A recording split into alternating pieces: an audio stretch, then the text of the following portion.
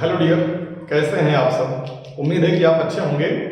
और हम लोग फिजिक्स में कुछ पढ़े थे पिछले कुछ दिनों पहले। किसी कारणवश ये वीडियो रुक गया था, हमेशा से यही होता है, पर कोई ना, अब की बार हम प्रयास करेंगे कि ये कंप्लीट हो जाए। और हम लोगों ने फिजिक्स में जो लास्ट टॉपिक छोड़ा था पहले, वो था पृष्ठ तनाव। और पृष्ठ तनाव में हमने कुछ थ्योरेटिकल पार्ट को कंप्लीट कर लिया था। अब आज का जो नया उसके जो हमने पीछे छोड़ा है, उसके आगे वाला जो हिस्सा है वो है किसी बूंद के भीतर आधिक्य दाब। अगर हम आपको एक द्रव की बूंद दे दें तो उसके भीतर आधिक्य दाब क्या होगा, आप इस वीडियो को कोरिलेट कर सकते हैं सरफेस टेंशन। अगर आप लेक्चर नंबर 2 देखेंगे में आपको समझ में आ जाएगा कि मैं क्या बोल रहा हूं। तो हमें समझना था बूंद के भीतर आधिक्य दाब क्या होगा, या हमें समझना है किसी बुलबुले के भीतर आधिक्य दाब क्या होगा। बुलबुला चाहे हवा का बना हो, चाहे वो साबुन की फिल्म का बुलबुला हो, और चाहे वो जल का बुलबुला हो। काफी लोगों के दिमाग में एक बात आई होगी कि क्या मैंने झटके में बोल दिया हवा का बुलबुला कैसे बन सकता है। अभी आपकी हम ये जिज्ञासा शांत करते हैं। पहले हम ये समझेंगे कि द्रव की बूंद के भीतर आधिक्य दाब किस प्रकार हम निकालेंगे। तो हमने सबसे पहले एक द्रव की बूंद ले लिया, ये एक द्रव की बूंद है। अब इस द्रव की बूंद में क्या हो रहा होगा जिसकी वजह से इसके भीतर आधिक्य दाब आया, हम वो समझेंगे। तो सबसे पहले एक बात समझिए, अगर ये एक द्रव की बूंद ऐसे रखी है तो द्रव के जो अणु हैं, इसके जो द्रव के अणु हैं, ये बाहर की ओर इस पर एक बल लगाएंगे। बाहर की ओर बल लगाएंगे क्यों? अगर हम बूंद ऐसे रख दें तो बूंद बह जाती है, द्रवों में हमेशा बहने का गुण होता है। तो इसके जो मॉलिक्यूल्स होंगे वो बाहर की ओर भागना चाहेंगे, यानी सब के सब इस द्रव पर बाहर की ओर एक फोर्स लगाते हैं, है ना, ये बाहर की ओर जाना चाहते हैं। तो हमें एक बात ये समझ आई कि द्रव पर एक अंदर से बाहर की ओर बल लग रहा है। अगर हम किसी भी सरफेस पे बल लगाते हैं तो वहां पर एक दाब आता है, दबाव आता है। तो इसका मतलब ये हुआ कि इस बूंद से अंदर से बाहर की ओर एक प्रेशर कार्य कर रहा है। ये बात हमें समझ में आई। दूसरा क्या हो सकता है, जैसा कि हम सब लोग जानते हैं कि हमारा जो वायुमंडल है ये गैसों से बना है और गैसों का अपना भार होता है। तो सोचिए आप कितने पहलवान हैं कि अपने ऊपर की सारी गैसों का वेट अपने सर पे आप लेके टहलते हैं, और इसी को हम बोलते हैं एक वायुमंडलीय दाब। क्यों? क्योंकि ऊपर का जो गैसों का वेट है जब हमारे सर पे आता होगा तो ये एरिया मिल गया, और वो पूरा वेट तो हमारे ऊपर क्या लग गया, प्रेशर। इसका मतलब जब हम किसी वस्तु पर वेट रखते हैं, फोर्स लगाते हैं, तो वहां दाब अपने आप आ ही जाएगा। तो हमारे ऊपर वायुमंडल का दाब लगा है सदैव कितने का, 1 एटीएम का, और हम लोग इसी दाब में रहने के लिए अभ्यस्त हैं। तो वही दाब अगर ये वायुमंडल में बूंद रखी हुई है तो क्या इस पर नहीं लगा होगा? जाहिर सी बात है लगा होगा। यानी बाहर से जो एटमॉस्फेयर है उसकी जो गैसें हैं वो इसको दबा रही होंगी, यानी बाहर से इस पर एक प्रेशर लगा होगा, या आप कह सकते हैं एक बल लगा होगा। क्योंकि बल लगा होगा तो प्रेशर आएगा, प्रेशर होगा यानी बल लगा होगा। तो इस पर एक बल लगा है बाहर से। तो इसका मतलब हम यहां पर अभी क्या देख रहे हैं कि एक प्रेशर इसमें आउटसाइड वाला आ रहा है और एक प्रेशर इसके इनसाइड से आ रहा है। ठीक है, तो अगर ये बूंद ऐसे इक्विलिब्रियम स्टेज में होती, अगर ये बूंद इक्विलिब्रियम स्टेज पर होती तो इसका मतलब न बढ़ रही है न घट रही है, सेम ऐसे कंडीशन में पड़ी होती। इसका मतलब इसका इनसाइड वाला प्रेशर और आउटसाइड वाला प्रेशर आपस में बराबर होगा। लेकिन हमने आपको पढ़ाया है इसी चैप्टर में पीछे कि द्रव की जो सतह होती है, द्रव की सतह जो होती है, इस पर अलग से एक तनाव बल कार्य करता है जो इसके पृष्ठ को न्यूनतम करने का प्रयास करता है, और उसे आप लोग क्या बोले थे, पृष्ठ तनाव। तो इसमें पृष्ठ तनाव भी कार्य कर रहा होगा, और वो पृष्ठ तनाव क्या करता है, इस बूंद को दबा रहा होगा अंदर की ओर, जिसकी वजह से ये बूंद छोटी होना चाहेगी। इसीलिए तो देखिए जो दुनिया भर की वस्तुएं होती हैं अगर लिक्विड फॉर्म में है तो वो हमेशा गोलाकार शेप लेना चाहती हैं, है ना। अगर आप पानी की बूंद लीजिए, ऐसे फुहार मार दीजिए तो अपने आप वो गोलाकार शेप में हो जाती हैं, क्योंकि पृष्ठ तनाव उनके पृष्ठीय क्षेत्रफल को हमेशा न्यूनतम करने का प्रयास करेगा। जैसे अगर आपका पृष्ठीय क्षेत्रफल ज्यादा है, मैं हीट का एक एग्जांपल देता हूं आपको, तो आपके शरीर से हीट ज्यादा रिलीज होती होगी, और ये ठंडी का समय चल रहा है। तो जब अगर आपको जब ज्यादा ठंडी लगती होगी और आप पतली रजाई या कंबल ओढ़े होते हैं तो आपको लगता है कि आपकी बॉडी से ज्यादा हीट रिलीज हो रही है। आपको किसी ने फिजिक्स नहीं पढ़ाया, या गांव का वो बंदा जो रामलाल था जो कभी फिजिक्स नहीं पढ़ा, वो नहीं जानता कि सरफेस एरिया ज्यादा होने से हीट ज्यादा रिलीज हो रही है बॉडी से, इससे ठंडा ज्यादा लग रहा है। वो ना पढ़ते हुए भी, ना जानते हुए भी शरीर को गुठली मुठली कर लेता है, और जब गुठली मुठली मान के बैठ जाता है तो अपने आप देखिए उसको ठंडी कम नहीं लगती है। आप कुत्तों को देखिए एकदम गोलू गोलू बन के बैठ जाते हैं, कोई भी जानवर देखिए एकदम पूरा चिपक एकदम ऐसे करके बैठ जाते हैं। इसका मतलब क्या हुआ? जानते तो नहीं, पर वो व्यवहारिक ज्ञान को पता है कि एरिया कम कर लेते हैं वो। तो अगर किसी भी चीज का सरफेस एरिया कम करना है तो एक बात और पता चल गई, उसको गोलाकार शेप दे दो, उसका एरिया न्यूनतम हो जाएगा ऑटोमेटिक। तो सरफेस टेंशन क्या करता है? किसी भी लिक्विड का एरिया कम करना चाहता है। इसका मतलब उस वस्तु का आकार ऑटोमेटिक कैसा हो जाएगा? गोलाकार। तो जब ब्रह्मांड की उत्पत्ति हुई थी, अब यहां से एक दिलचस्प बात आपको पता चलेगी, तो जब बिग बैंग हुआ होगा तो वहां से जब मटेरियल निकला पूरे ब्रह्मांड में, जब एक्सपैंड हुआ तो वो मटेरियल फैल गया, और तब तापमान बहुत ज्यादा था। तो जब तापमान ज्यादा होगा तो गैसीय फॉर्म से रहा होगा, है ना, मतलब वो प्लाज्मा फॉर्म में था, फिर धीरे धीरे ठंडा होता गया तो लिक्विड फॉर्म में आ गया। और आपका दिमाग काम कर गया होगा कि जब वो लिक्विड फॉर्म पे आया होगा तो बताइए उसका आकार अपने आप कैसा हो गया होगा? गोलाकार हो गया होगा। और जब वो गोलाकार हो गया होगा तो बाद में जब वो और ठंडा हुआ होगा, कूल हुआ होगा, तो वो सॉलिड फॉर्म में हो गया जो गोला था। इसीलिए अगर आप देखिए तो चंद्रमा कैसा दिखता है? गोला। पृथ्वी कैसी है? लगभग गोला। मंगल ग्रह कैसा है? गोले आकार का। तो हमें ये जिज्ञासा नहीं होती कि ब्रह्मांड में सारे के सारे ग्रह और उपग्रह गोलाकार ही क्यों हैं? तो उसके पीछे की जो लॉजिक है वो आप समझ गए होंगे। तो इसका मतलब यहां पर हमने बताया कि इसमें एक एक्स्ट्रा बल और कार्य कर रहा है जो इसके पृष्ठ को न्यूनतम करने का प्रयास करता है। इसका मतलब अंदर की ओर ये बल लगाता है। तो जो ये वाला बल आ रहा है वो प्रेशर के कारण आ रहा है। तो अब अगर आपसे हम पूछें कि इस बूंद पर कुल कितने प्रकार के फोर्स लगे हुए हैं, कितने फोर्स लगे हुए हैं, तो आप बताइए कितने फोर्स लगे हैं? 3 फोर्स लगे हैं इसमें। और जो तीनों फोर्स है वो कौन कौन से लगे हुए हैं? एक पहला वायुमंडल इसको दबा रहा है, भाई दब जा अंदर को, और दूसरा सरफेस टेंशन इसको और न्यूनतम करने का प्रयास कर रहा है ना। तो एक हो गया एटमॉस्फेरिक प्रेशर, एक हो गया सरफेस वाला, 2 बल लगे हुए हैं। एक तीसरा जल के खुद के अणु हैं जो दूर जाना चाहते हैं, भागना चाहते हैं निकलकर यहां से। इसका मतलब ये हुआ एक खुद के वाटर के मॉलिक्यूल्स ऐसे होंगे जो आउटसाइड लगा रहे हैं बल। तो यहां पर अंदर से, ध्यान से समझिएगा, अंदर से बाहर की ओर जो लगने वाला बल है, अंदर से बाहर की ओर जो लगने वाला बल है, ये अंदर से बाहर की ओर लगने वाला जो बल है वो एक बल है। जबकि बाहर से अंदर 2 प्रकार के बल लग रहे हैं। और अगर ये इक्विलिब्रियम में है तो इसका मतलब क्या हुआ होगा कि अंदर से बाहर लगने वाला बल और बाहर से अंदर लगने वाला बल दोनों संतुलित होंगे। तो इसका मतलब आप क्या कह सकते हैं कि अंदर से लगने वाला बल है यानी जो दाब है वो P इनसाइड जो है वो बराबर होगा किसके? जो बाहर से लगने वाले बल है। और वो 2 बल है, एक P आउटसाइड है और एक P किसके कारण आया है? सरफेस टेंशन की वजह से आया है। तो हमें एक बात पता चल गई कि P इन जो है वो P आउटसाइड और प्लस P सरफेस दोनों की वजह से हुआ है। तो अब आप एक बात बताइए, जो P इन है अगर वो अकेला इन दोनों के योग के बराबर है, यानी आप कह सकते हैं कि P in will be greater than P out, यानी जो P इन वाला हिस्सा है वो आउट वाले से ज्यादा होगा।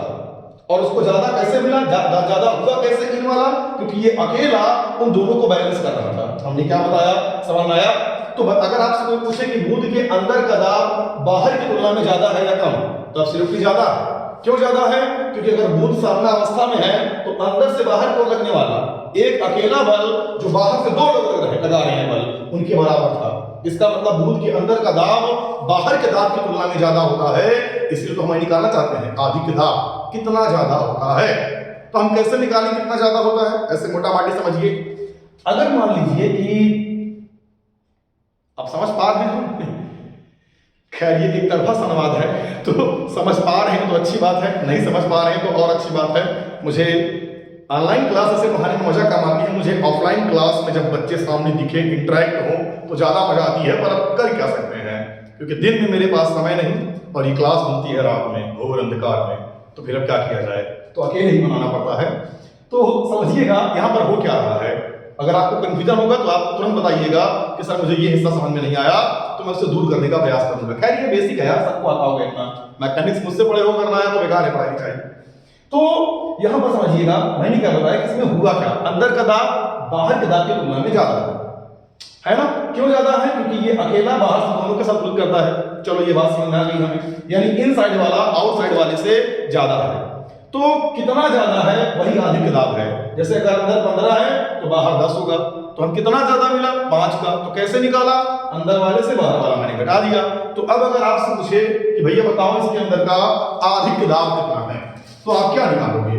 आप बताएंगे, लीजिए अधिक दाब एक्सेस प्रेशर बराबर, अगर आपको निकालना है तो पी इन में से हम पी आउट वाला घटा देंगे तो वही हो जाएगा अधिक दाब। और अभी आगे जब आपको हम ये प्रूव करके दिखाएंगे तो पता चलेगा ये 2T/R के बराबर होता है। यानी किसी बूंद के भीतर का जो एक्सेस प्रेशर होता है वो 2T/R के बराबर होता है। अब आप जानना चाहते होंगे कैसे मामले बराबर होता है, आइए हम यहाँ इसका प्रूव करके दिखाते हैं। तो ऑलरेडी हमने ये जगह खराब कर लिया है, तो यहाँ देखिएगा हमने बूंद को लिया, छोटी बूंद लिया, कोई तकलीफ किसी को, और ये द्रव की बूंद है, ठीक है ना, कोई दिक्कत नहीं भाई, द्रव की बूंद है, रहने दीजिए। तो अंदर से बाहर की ओर एक प्रेशर लगा होगा पी इनसाइड, और बाहर से अंदर की ओर एक प्रेशर लगा होगा पी आउटसाइड। अब अंदर का जो दाब है वो बाहर वाले के दाब की तुलना में कम है। क्या कहते हो, कम है? बिल्कुल नहीं यार, ये ज्यादा है। इसका मतलब अंदर वाला दाब अगर ज्यादा है तो अंदर से जब प्रेशर ज्यादा लगाएगा हल्का सा ये फैल जाएगा, एक्सपैंड हो जाएगा। क्यों? क्योंकि अंदर से इसमें प्रेशर क्या लग रहा है? ज्यादा। तो इसकी वजह से हमने यहां देखा कि जिसकी रेडियस हमने लिया था, बूंद की रेडियस हमने लिया था r, इसकी रेडियस r थी, और इसमें हो गया एक्सपेंशन, और जब ये एक्सपेंशन हुआ तो ये थोड़ा सा ये बढ़ गया इतना, ठीक है ना? मानते हैं बढ़ गया? मानते हैं नहीं, मानना पड़ेगा। तो ये डेल्टा r इसमें वृद्धि हो गई, इसकी रेडियस में डेल्टा r वृद्धि हो गई। जब इसके रेडियस में डेल्टा r वृद्धि हुई होगी तो एक बात बताइए क्यों वृद्धि हुई? क्योंकि अंदर का दाब ज्यादा था, जिसकी वजह से यहां रेडियस में वृद्धि हो गई, इतना बढ़ गया, तो बढ़ने में कुछ कार्य किया गया होगा। तो हम वही निकालना चाहते हैं, वर्क डन इन एक्सपेंशन। आइए देखते हैं, वर्क डन इन एक्सपेंशन, यानी इसके एक्सपैंड होने में कितना कार्य हुआ। तो हम निकालेंगे W कार्य बराबर वही सिंपल वाला फार्मूला जो पीछे पढ़े थे आप लोग। कार्य बराबर बोलिए क्या होता है? बल गुणे विस्थापन, फोर्स इनटू डिस्प्लेसमेंट। तो फोर्स मतलब यह है, और डिस्प्लेसमेंट कितना हुआ है? डेल्टा r का, तो मैंने डेल्टा r कर दिया। अब देखिएगा ये बल कितना है हमें ये जानना है, ये नेट फोर्स हमें निकालना है यहाँ पर। तो नेट फोर्स का मान अगर हमें पता करना है कि इस पर नेट फोर्स कितना था, तो कितना फोर्स था? अरे भाई साहब अंदर वाला ज्यादा था, है ना? तो आप लिख देंगे, क्या लिखेंगे? लिखिएगा, आप लिखेंगे F इन माइनस F आउट, तो नेट मिल जाएगा ना हमें। जैसे देखिए, अगर मान लीजिए हम 10 न्यूटन से किसी चीज इधर खींचे, 8 से कोई उधर खींचे, तो बताइए नेट कितना होगा? 2 का होगा। जाहिर सी बात है, बचपन में आप लोगों ने बहुत खेला होगा लासा, मार कर जल्दी दिया होंगे एकदम से। क्या करते थे? 2 पार्टियां होती थी, 10-15 लोग इधर, 10-15 लोग उधर। उसके बाद क्या करते थे? पकड़ खींचते हैं दोनों, एक बंदे को, कुछ इधर कुछ उधर। फिर समझ रहे हैं ना, इधर वाली पार्टी को अगर खींच ले गया ना, बहुत मुड़ते थे बच्चे। नहीं खेला कभी? अब के बच्चे खेलते नहीं, अब के बच्चे कुछ और खेलते हैं, फ्री फायर और पबजी। तो ये हमारे जमाने का गेम है, बाबा हमारा 90s जमाने का। जिगरा चाहिए तो बच्चा बहुत मारते थे, है ना? पर कोई बात नहीं। तो नेट फोर्स निकालना है, अगर दिशा विपरीत है तो हम दोनों को घटा देते हैं। ओवरऑल मेरा मतलब ये था। तो यहां पर क्या लिखेंगे? Into delta r। अब अगर मुझे बल निकालना है तो आप सब लोग जानते हैं बल बराबर दाब गुणे क्षेत्रफल। तो अच्छा बताओ, दाब गुणे क्षेत्रफल। तो दाब का मान क्या है यहाँ पर? P इन है, तो P इन, और क्षेत्रफल तो ये गोलाकार है, और गोले का क्षेत्रफल होता है 4πr स्क्वायर। मैंने 4πr स्क्वायर लिख दिया, और यहाँ बीच में मैंने क्या लगाया? माइनस F आउट, यानी बाहर वाले से अंदर कितना बल लगा है? तो बल बराबर दाब गुणे क्षेत्रफल, और दाब है P आउट, और इनटू क्षेत्रफल है 4πr स्क्वायर, और इनटू डेल्टा r। अब अगर आप यहां ध्यान से देखिए तो इन दोनों में 4πr स्क्वायर कॉमन है, तो मैंने 4πr स्क्वायर कॉमन ले लिया, तो P इन माइनस P आउट, और यहां पर मैंने 4πr स्क्वायर कॉमन लिया, और इनटू होने का मिला डेल्टा r। कोई दिक्कत नहीं होनी चाहिए थी। हमें इतना मिल गया वर्क डन, यानी इसके एक्सपेंशन में हमें जो वर्क डन मिला वो टोटल कितना मिला। अब ध्यान से समझिएगा, अपने आप चीजें आ जाएंगी। एक बात सोचिए, जब ये इसके मॉलिक्यूल्स यहां पर थे, ठीक एकदम इस पे, ये जो दिख रहा है नीला वाला पार्ट, जब ये एक्सपैंड हुआ तो इसका एरिया बढ़ गया, ठीक है? जब ये एक्सपैंड हुआ तो एरिया बढ़ गया, और जब किसी चीज का सरफेस एरिया बढ़ता है तो सरफेस एरिया के बढ़ने से क्या होता है? ऊपर वाले अणुओं की पृष्ठीय ऊर्जा बढ़ जाती है। जब पृष्ठीय क्षेत्रफल जितना ज्यादा होगा उसकी पृष्ठीय ऊर्जा भी उतनी ज्यादा हो जाएगी। कहने का तात्पर्य यहां पर इसकी पृष्ठीय ऊर्जा कम थी और यहां पर पहुंचने पर इसकी पृष्ठीय ऊर्जा पहले से क्या हो गई ज्यादा। तो अपने को क्या निकालना है, पृष्ठीय ऊर्जा में वृद्धि, कितना इसकी पृष्ठीय ऊर्जा बढ़ गई होगी। तो हम लिखेंगे डेल्टा यू, क्या लिखेंगे, डेल्टा यू। और डेल्टा यू बराबर होता है, पीछे इसके जस्ट पिछले वाले लेक्चर में मैंने बताया होगा, टी इंटू डेल्टा ए। ये होता है पृष्ठीय ऊर्जा में वृद्धि का formula, T into delta A, where T is the surface tension, ठीक है ना। तो किसी भी चीज की पृष्ठीय ऊर्जा में अगर हमें वृद्धि निकालना है, डेल्टा यू निकालना है, तो टी इंटू हम कर देंगे डेल्टा ए। डेल्टा ए क्या है, क्षेत्रफल में वृद्धि। हम कैसे निकालेंगे डेल्टा ए का मान, आइए हम यहां देख लेते हैं डेल्टा ए का मान हम कैसे निकालेंगे। तो डेल्टा ए का मान अगर हमें निकालना है तो देखिए पहले कितना था, a1, बाद में हो गया a2, तो अपन लोग ने कर दिया a2 माइनस a1। अब अगर हमको a2 का मान निकालना है पहले वाले का, तो 4 पाई r मतलब r प्लस डेल्टा r का स्क्वायर और माइनस a1 यानी 4 पाई r स्क्वायर। अब मैं क्या करूंगा, यहां पर 4 पाई इन दोनों से मैंने कॉमन ले लिया, तो यहां मेरे को मिला r प्लस डेल्टा r का होल स्क्वायर और माइनस r स्क्वायर। अब अपन लोग यहां पर क्या कर सकते हैं, 4 पाई इसको तोड़ दीजिए, a प्लस b का होल स्क्वायर, तो यहां से मिलेगा r square plus delta r square plus 2r delta r minus r square, और ये प्लस r स्क्वायर और ये माइनस r स्क्वायर कैंसिल हो गया। अब डेल्टा r स्क्वायर ये नेग्लिजिबल, छोड़ देंगे इसे हम। अब कुछ लोग कहेंगे ऐसे मन की मर्जी छोड़ देंगे आप, हाँ ये छोटा है इसलिए इसको हम छोड़ देंगे। कैसे छोटा है, अगर हम आपको एक अंक दे देते हैं 0.01, हमने कहा चलो बच्चा ये छोटा है बड़ा, आपने कहा छोटा है, हमने कहा कोई बात नहीं इसका स्क्वायर कर, जब इसका हम स्क्वायर करेंगे 0.0001 आ गया, तो पहले तो कम छोटा था, स्क्वायर करके और छोटा हो गया। यानी अगर हम किसी छोटे अंक का स्क्वायर करते हैं तो वो पहले से और छोटा हो जाता है। तो इसका मतलब हमने डेल्टा आर स्क्वायर को बहुत छोटा हुआ इसलिए हमने यहाँ पर छोड़ दिया। तो जब हमने छोड़ दिया तो छोड़ दिया, तो मिला 4 pi into 2r into delta R, जिसे आप कह सकते हैं 8 पाई r इंटू डेल्टा आर। अब एक बात बताइए, ये डेल्टा ए का मान है, तो मुझे डेल्टा यू का मान मिलेगा t इंटू 8 पाई r इंटू डेल्टा आर।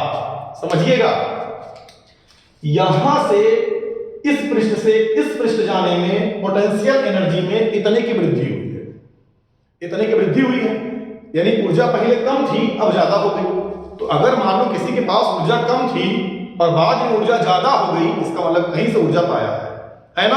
अगर इसकी पृष्ठीय ऊर्जा में वृद्धि हो रही है तो कहीं से ऊर्जा मिली होगी तभी तो वृद्धि हो रही है। आपके पास 10 रुपए था 12 रुपए हो गया, आप कहीं से 2 रुपए झटके हैं, चाहे जहां से आपको 2 रुपए मिला होगा। इसका मतलब अगर यहां पर इसकी एनर्जी पहले जो भी गई होगी यहां बढ़ गई, जाने पे इसको ऊर्जा मिली, तो कहां से मिली, हम बताते हैं कहां से मिली। क्योंकि जब ये डेल्टा आर की वृद्धि किया है तो इसको क्या करना पड़ा, कार्य, और कितना कार्य करना पड़ा, P in minus P out into 4 pi r square into delta R. तो इसके द्वारा जो किया गया कार्य होगा ऊर्जा, जब कार्य करेंगे ऊर्जा खत्म हुई होगी, तो ऊर्जा कार्य करने पे जो ऊर्जा खत्म हुई वो कहां चली गई, इसके पृष्ठीय ऊर्जा की वृद्धि करने में चली गई। आपने ऊर्जा संरक्षण सिद्धांत पढ़ा होगा, क्या है ऊर्जा संरक्षण, ना ऊर्जा को नष्ट कर सकते हैं और ना उत्पन्न कर सकते हैं। बात समझ आई, जैसे अगर मैं 2 रुपए यहां से फेंक दूं तो आप 2 रुपए पा गए, जितना मैंने फेंका उतना आप पाए। अब ये मत कहना खो गया फेंकने के बाद। अरे यार बस एग्जांपल मेरा ये था, तो मेरा समझना कि जब हमने यहां से कार्य किया तो मेरे द्वारा किया गया कार्य ही इसके पृष्ठीय ऊर्जा में वृद्धि करेगा।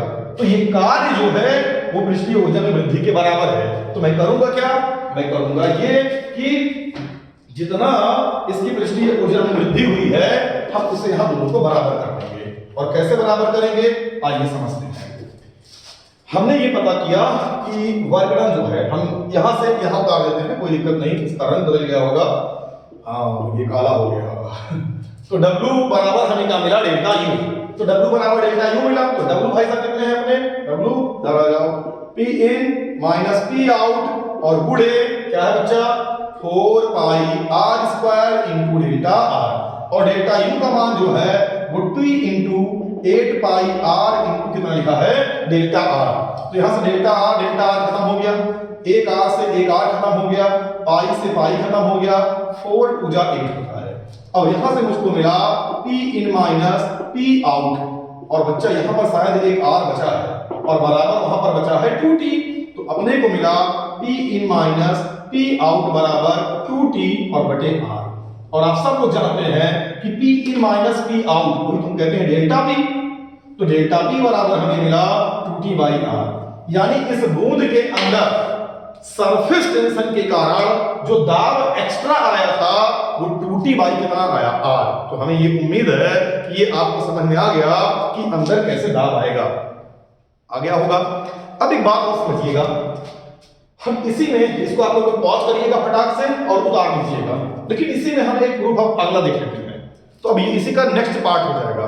तो भावनाओं को समझें और इसे समझिए कि कैसे अमल करेंगे। अब सोचिए अगर मेरे पास जो ये द्रव की बूंद है, ये द्रव की बूंद ना होके मेरे पास एक पानी का बुलबुला होता। किस चीज का बुलबुला होता? पानी का बुलबुला। तो सेम प्रोसेस यही घटता। कैसे घटता सेम प्रोसेस? तब मैं कहता ले भाई मेरे पास ये पानी का एक बुलबुला है। पानी का बुलबुला आप लोगों ने देखा है, जब बारिश होती है पानी नीचे गिरता है तो बुलबुला बनता है फट से उसका। ये वही पानी का बुलबुला है, द्रव का बुलबुला है। तो द्रव का जो बुलबुला है इसकी कंडीशन क्या होगी समझिएगा। जो द्रव का बुलबुला है ये एकदम सेम ही कंडीशन होगी। ये कितना हो गया आर, ठीक है ना। उसके पश्चात इसमें क्या हो जाएगा, वृद्धि हो जाएगी। तो आर से ये आर प्लस डेल्टा आर कर लेंगे और सेम प्रोसेस से हम इसको हल करते जाएंगे और हल करने के बाद लास्ट में इसका हम उत्तर निकाल लेंगे, है कि नहीं। लेकिन एक बात यहां हमें ये समझना है कि क्या समझना है बताइए, हमें ये समझना है कि जो ये द्रव का बुलबुला है इसके कितने हिस्से ऐसे होते हैं। देखिए अगर द्रव का कोई बुलबुला बनता है या साबुन की कोई फिल्म बनती है, आप समझते हैं साबुन की फिल्म, साबुन का जो बुलबुला होता है, तो हम ऐसा मानते हैं कि जो साबुन का बुलबुला होता है वो अनेक लेयर से मिलकर बना होता है। इसमें बहुत सारी लेयर होती हैं। तो अगर मैं पतली सी पतली लेयर लेता हूं तो मिनिमम यहां पर हमें 2 पृष्ठ मिलते हैं। ऐसे देखो ये सारी लेयर होगी इसमें, तो हमने इसकी 2 लेयर ले लिया साबुन की। तो जब हम इसको सॉल्व करेंगे, जब लेयर 2 है, कितनी लेयर है 2 लेयर, तो जब हम एरिया निकालेंगे तो हम इंटू 2 कर देंगे। अगर आप किसके लिए लिख रहे हैं, आप यहाँ हेडिंग डालेंगे, ये किसके लिए था, इसके पहले वाली हेडिंग थी द्रव की बूंद, और अब की बात जब आप हेडिंग डालेंगे तो हेडिंग डालेंगे, क्या डालेंगे हेडिंग, वायु में द्रव का बुलबुला, या क्या लिखेंगे बताइएगा, साबुन की फिल्म, ठीक है ना। ऐसे कुछ मैंने लिख दिया, आप सुन तो रहे होंगे ना, तो बना लीजिएगा। ये इन दोनों के लिए था। तो इनमें हमने 2 पृष्ठ लिए, तो इसमें मुक्त पृष्ठ 2 होते भी हैं, ठीक है ना, क्योंकि अंदर एयर बाहर एयर, तो 2 मुक्त पृष्ठ होते हैं, ये बात याद रखिएगा। इसमें सिर्फ एक पृष्ठ हवा के संपर्क में है तो एक एयर होगा, यानी सॉरी एक पृष्ठ होगा। तो मैंने इंटू यहाँ पर 2 कर दिया, ठीक। ये हेडिंग डालेंगे फिर ये बना लेंगे, सबको ऐसे करते जाएंगे सेम सेम सेम, फिर यहाँ पर इंटू 2 कर लेंगे, और जब यहाँ इंटू 2 करेंगे तो यहाँ पर इंटू 2 आएगा। अब बच्चा वहां इंटू 2 यहाँ भी इंटू 2 आएगा, तो यहां पर भी इंटू 2 आएगा, क्लियर है ना। तो फिर यहां पर भी इंटू 2 कर देंगे, कोई दिक्कत नहीं, करते रहो भाई इंटू 2 सॉरी यहां पर नहीं, यहां पर इंटू 2 कर लेंगे। कहां चला गया ये इंटू 2, यहां भी रहेगा इंटू 2, और यहां भी इंटू 2 करेंगे तो यहां पर बन जाएगा 2 दूनी 4, तो 40 बाई आर, यानी साबुन के बुलबुले के भीतर जो अधिक दाब होता है वो 40 बाई आर होता है। कितना होता है 40 बाई आर, अधिक दाब। और अगर अभी भी आपको नहीं आया तो मैं एक एग्जांपल बता रहा हूं, देखो अच्छे से। एक आपका ये हो गया, मैं एक और आपको बता देता हूं, उसके बाद मैं बताता हूं। ये हो गया। अब सेम इसी में आप सुधार कर लीजिएगा कि हवा का बुलबुला कैसे बनेगा। अगर आप पानी के अंदर हवा का बुलबुला बन सकता है, आप समझ गए होंगे। जैसे अगर पानी रखा होता है, देखिए अंदर बुलबुला बन जाता है, अंदर हवा मार दीजिए, पाइप लगा के फूंक दीजिए तो अंदर से बुलबुला बन के नीचे से आता है ऊपर। तो हवा का बुलबुला हवा में नहीं बन सकता, पानी के अंदर बनेगा। तो जब ये हवा के अंदर बन जाएगा तो आप क्या करेंगे, चारों ओर से द्रव ले लेंगे और यहाँ बीच में बन जाएगा हवा का बुलबुला। इसकी रेडियस अपन लोग कितना ले लेंगे, आर। इसमें कितने का एक्सपेंशन हो जाएगा बच्चा, डेल्टा आर। समझ आ रहा ना, सेम प्रक्रिया करते जाएंगे। लेकिन एक बात याद रखना, यहाँ मुक्त पृष्ठ कितना है 1, यानी यहाँ पर हम इंटू 2 नहीं करेंगे, और जब इंटू 2 नहीं करेंगे तो सेम चीज ऐसे सॉल्व करते जाएंगे और 2t बाई आर आएगा। तो द्रव के भीतर अगर वायु का बुलबुला है तो अधिक दाब आएगा 2t बाई आर, और अगर सिर्फ पानी की बूंद है तो अंदर अधिक दाब आएगा 2t बाई आर। लेकिन अगर इन सब के अलावा हमने साबुन की फिल्म ले लिया या हमने वायु में जल का बुलबुला ले लिया तो इसके अंदर आएगा 40 बाई आर। ऐसा क्यों हुआ आपको समझ में आ गया। 2t/r वाला क्यों आया था, मैंने प्रूव कर दिया। 40/r क्यों आया, क्योंकि इसमें दो पृष्ठ होते हैं, इसलिए 40/r आ गया। क्लियर हो गया। अब एक बात थोड़ा और फील कर लीजिए, फील होना जरूरी है। फिजिक्स जब तक फील ना हो तब तक मजा नहीं आती। देखिएगा यहां हम बताना क्या चाहते थे आपको, हम बताना ये चाहते थे कि जैसे मान लीजिए ये एक द्रव की बूंद है, माना किस चीज की बूंद है, द्रव की बूंद है, और अंदर का प्रेशर P in है और बाहर का क्या है, P out है। तो ज्यादा कौन है, P in वाला, कम कौन है, P out वाला। तो P in वाला बाहर वाले से कितना ज्यादा है, तो ये ज्यादा है 2t/r। तो P in ज्यादा है P out से, और कितना ज्यादा है, 2t/r। हम ये बार बार आपको बता रहे हैं। इसका मतलब बाहर जितना भी दाब होगा, अंदर जब हमें दाब लिखना होगा तो हम 2t/r जोड़ देंगे। फिर से समझो, अगर हमें अंदर का दाब लिखना है तो बाहर जितना भी दाब होगा उसमें 2t/r जोड़ देंगे तो अंदर का दाब मिल जाएगा। एग्जांपल समझो, ये एक द्रव की बूंद है, ये किसी की बूंद है, द्रव की बूंद है, और बाहर मान लो इसमें 40 न्यूटन पर मीटर स्क्वायर का दाब है, तो अंदर कितना होगा, तो 40 प्लस 2t/r। फिक्स है मामला, क्योंकि देखो P अंदर वाला, इनसाइड वाला, आउट वाले में 2t/r जोड़ के बराबर है। ठीक, इसको फील कर लीजिए अच्छे से। कभी भी नहीं आया तो देखो यहां पर P in वाला तब आएगा जब हम उधर देखो इसको, तो P in बराबर मिल जाएगा 40/r और प्लस P out, यानी कि बाहर वाले में हमने 40/r जोड़ा तो हमें P in मिल गया। कुछ बोलेंगे यार अगर तू बोल रहा था 2t/r, अब 40/r कहां लिख दिया। अरे 40/r किसमें होगा, साबुन का अगर बुलबुला रहेगा तब, है ना, फिल्म का बुलबुला रहेगा तब, साबुन की फिल्म का, और अगर द्रव की बूंद रहेगी तो 2t/r कर देंगे। तो ये हमने क्या बताया आपको, कुछ नहीं पल्ले पड़ा ना। देखिएगा हमारे पास यहां पर क्या है, ये एक द्रव की बूंद है, ठीक है, बाहर वायुमंडलीय दाब P0 है, this is the P0, not P out। तो अब अंदर का दाब कितना होगा, तो P0 प्लस 2t/r। बस दिमाग में लगाइएगा इसमें।